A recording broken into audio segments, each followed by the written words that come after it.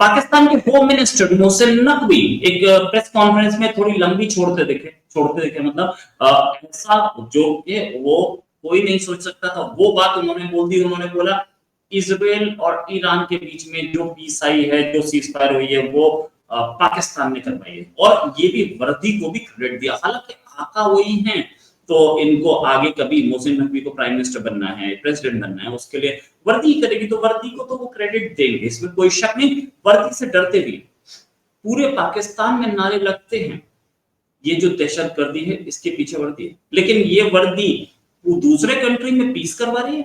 मैं इस वर्दी के खिलाफ तो नहीं हूं, लेकिन इस वर्दी की असलियत जानता हूं कि कैसी वर्दी है ये। जहां पैसा नहीं निकलता ये वर्दी उसमें काम नहीं करती, लेकिन फिर भी मैं पहले आपको दिखाना चाहूंगा कि मोहसिन नकवी साहब जो कि होम मिनिस्टर पाकिस्तान है, उन्होंने क्या बोला, उसके बाद हम लोग डिस्कस करेंगे इसे। इनफैक्ट मोहसिन नकवी का here's the मोहसिन नकवी ये रहे।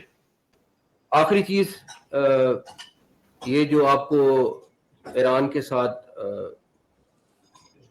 सीज फायर नजर आया है और ईरान को एक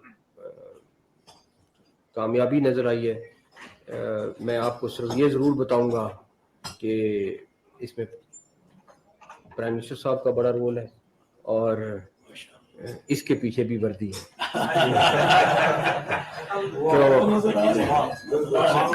तो जिस तरह उन्होंने, मैं आगे डिटेल में नहीं जाना चाहता, लेकिन जिस तरह उन्होंने वर्ल्ड लीडर्स को कन्विंस किया है, जिस तरीके से बातचीत की है और जिस तरीके से ये सारा अपने अंजाम को पहुंचा है, इसमें बहुत बड़ा हमारे लीडर्स का रोल है। और मेरा ख्याल है कि पाकिस्तान को उस पर भी फ़ख्र करना चाहिए, आप सबको फ़ख्र करना चाहिए कि एज ए मुस्लिम हमने अपना रोल अदा किया है। और मैं उन दिनों में देख सकता था कि किस कैफियत में थे सारे हमारे लोग कि ये इतना बड़ा नुकसान होने जा रहा है, गजा के ऊपर भी कितनी बात हो रही है, सारा कुछ है।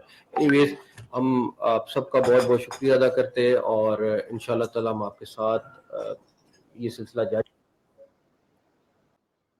इंशाअल्लाह हम आपके साथ ये सिलसिला जारी रखें। और ये भी कि मुसलमान होने का फर्ज अदा किया। एयर स्पेस किसने दी, अपने बेसिस किसने दी अटैक के लिए ईरान पे, ये मोहसिन नकवी बताना भूल गए। मैं बता देता हूँ, एयर स्पेस इन्होंने दी, और इनकी वो वर्दी जिसकी तारीफ कर रहे थे उसके chief field marshal Qasim Munir ने दी।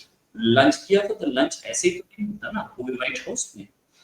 यहाँ छोटे से रेस्टोरेंट में लंच का खर्चा होता है, तो व्हाइट हाउस में लंच का तो कुछ अलग ही खर्चा होता है।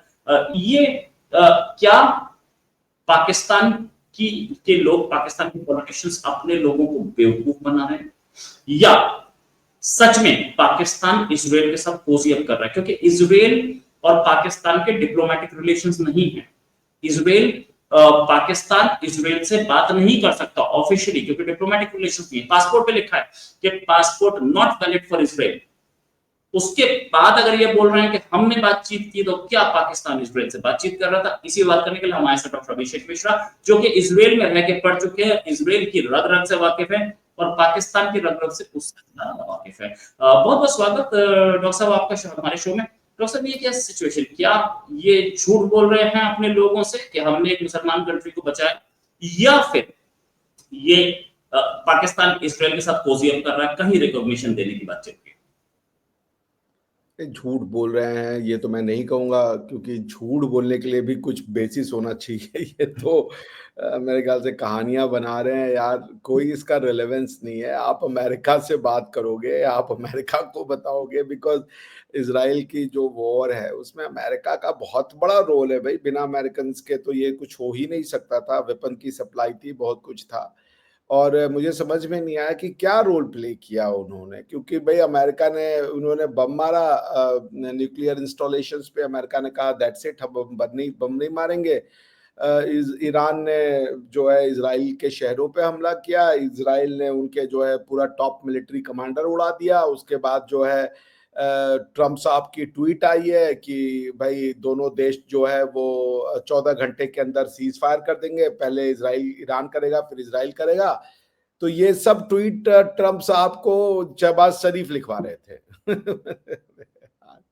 गजब लोग है भैया, ये गजब लोग हैं दादा। आप सोच रहे हैं, मतलब उनसे पूछिए कहाँ पे मिले, कैसे मिले, तुम्हारी ये बेंजामिन नेतन्याहू से एक्सेस कैसे बनी, ट्रम्प से कैसे एक्सेस बनी, because Trump is also taking the credit कि उन्होंने सॉल्व करवाया सीज फायर को। भाई उनका ट्वीट है ना ट्रूथ सोशल पे, तो ये कह रहे हैं कि ट्रम्प ने नहीं, हमने करवाया। भाई अब ये तो अब अमेरिका को, जो अब इन्होंने अमेरिका को पीस प्राइज के लिए नॉमिनेट किया था, अब पाकिस्तान ने अमेरिका को, अब अमेरिका को चाहिए कि पाकिस्तान को नॉमिनेट कर दे शहबाज शरीफ को पीस प्राइज के लिए।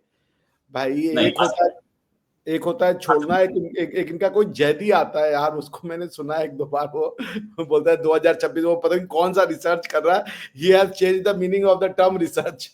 भैया I mean I'm a researcher myself, but that man has completely changed the meaning of the term or the concept of research analysis और सबके। वो भाई वो 2026 में पता नहीं क्या क्या करवा रहे हैं, इंडिया वाले जाके पैर छुएंगे पाकिस्तानियों के, पता नहीं क्या क्या। देखिए ये पूरी कंट्री ना सिजोफेनिक है, तो इसलिए मैं भाई यही कहूंगा कि दीज आर, अभी क्या दादा ये लोग, मैं सब झूठ है यार, इनका सब झूठ है। मैं बोलना नहीं चाहता पर इनका सब झूठ है यार, हर चीज। ये खाली दुनिया से लड़ने के लिए बने हुए हैं, क्योंकि जो चीज के लिए ये लड़ रहे हैं वो भी दुनिया से पंगे ही लेके आई है। तो क्या इनसे बोला गया यार, दीज पीपल आर सिंपली सिजोफेनिक, ना पढ़ना चाहते हैं ना लिखना चाहते हैं, और ये ठीक होना भी नहीं चाहते दादा, इनकी इच्छा ही नहीं है कि ये ठीक हो पाए जी। राइट। अच्छा एक चीज और डॉक्टर साहब, ये मोहसिन नकवी ने इसी प्रेस कॉन्फ्रेंस में बोला कि इंशाल्लाह हमारा एक भी बेस जो है वो तबाह नहीं हुआ, हमारा कोई नुकसान नहीं हुआ, एक भी आदमी नहीं मारा गया इंडियन स्ट्राइक्स में, ये इन्होंने बोला, कोई भी नुकसान नहीं हुआ। और ये जब बोला तो इसमें बाकी सारे पड़ोस पड़ोस के जो लोग थे वो सारे बोले वाह वाह वाह वाह। मतलब क्या किस तरीके की हम सुनते थे एक महफिल, एक बचपन में कहानी पढ़ी थी कि राजा नंगा है, कोई बोल नहीं पा रहा था, सबके सब बोल रहे थे वाह क्या कपड़े पहने, वो हो रहे थे। देखिए जब पाकिस्तान ने सीज फायर इंडिया के साथ प्लीड किया था, भीख मांगी थी उसकी, तो उस समय तो भाई इन्होंने थैंक यू पाकिस्तान के प्राइम मिनिस्टर ने, thank you America, thank you तुर्की, thank you Azerbaijan, thank you ये, थैंक यू वो, thank you alien, thank you Mars, thank you Saturday Sunday, सबको थैंक यू कह रहा था साला।